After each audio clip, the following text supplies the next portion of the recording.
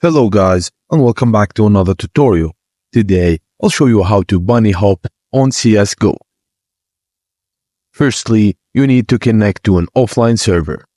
Then, open the command prompt and bind jump on your mouse wheel using this console commands. Bind mwheel up plus jump, then bind mwheel down plus jump. Run and scroll the mouse wheel for jumping to start, jump, run forward. Jump, let go of the W and press A while turning left, or press D while turning right. Use the command Use the CL show pos1 to monitor your speed, max speed is 300, and focus on strafe and avoid pressing W when bhopping.